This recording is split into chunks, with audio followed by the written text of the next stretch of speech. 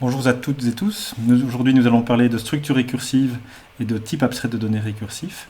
Et nous allons commencer par une structure très intéressante qui est la liste récursive. Alors, une liste récursive, en fait, c'est une liste donc, qui contient un élément suivi d'une liste. Donc, vous avez directement compris la récursion. C'est une liste avec un élément suivi d'une liste, d'où la récursion. Et le cas de base, c'est vraiment la liste vide qu'on va appeler la liste nil. Cette liste nil, elle ne contient pas de sous-liste qui la suit.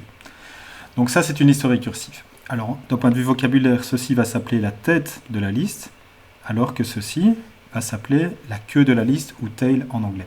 Head, tail. Voici l'API, ou l'ensemble des méthodes, vous voyez que c'est une classe abstraite, c'est pour ça que je parle de type abstrait de données, l'ensemble des méthodes disponibles pour cette classe. Alors, la première chose que vous pouvez faire, c'est vérifier si la liste est vide. Ceci va renvoyer true seulement dans le cas de la liste nil, donc le cas de base de la liste récursive. Ensuite, vous pouvez récupérer la sous-liste qu'elle contient, récursivement, ce qu'on appelle la queue, avec tel, ou bien vous pouvez récupérer l'élément qui est en tête de cette liste. Vous pouvez ajouter un élément en tête de liste, et pourquoi est-ce qu'on retourne quelque chose alors qu'on souhaite ajouter un élément en tête de liste? Parce que simplement la liste sur laquelle vous appelez cette méthode ne va pas être modifiée. Elle est complètement immutable.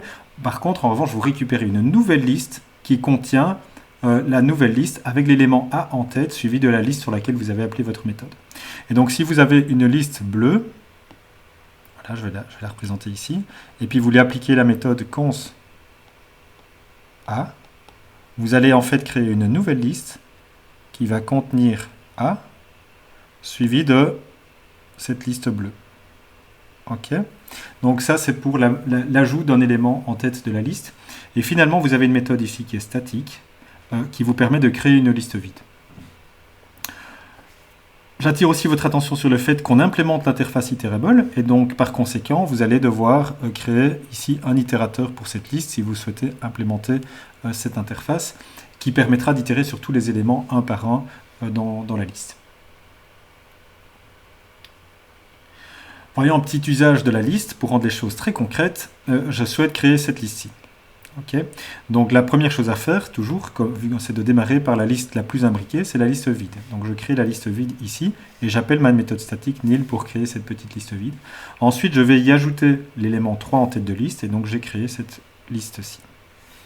Et vous voyez qu'ensuite, j'ajoute 2 en tête de liste, et je récupère une référence vers cette liste-ci. Puis je termine et j'ajoute 1 et je récupère une référence vers cette liste-ci. Et comme j'écrase à chaque fois mes références, finalement, elle va contenir un pointeur vers cette liste que vous voyez à l'extérieur. Et lorsque je vais appeler ici, je vais itérer avec une boucle for via la méthode, via l'itérateur, implicitement utilisé vu que c'est en itérable, donc je peux l'utiliser dans une boucle for, je vais voir afficher les éléments successivement 1, 2 et 3. Affichés dans la console grâce à cette boucle for que je vais appliquer sur la liste L. Alors, dans la vidéo suivante, on va s'intéresser à l'implémentation de cette fameuse liste récursive, vu qu'à ce stade-ci, je n'ai fait que la décrire à un niveau abstrait. J'ai décrit la fonctionnalité qu'elle permettait de réaliser. Je n'ai pas expliqué comment implémenter ce type abstrait de données.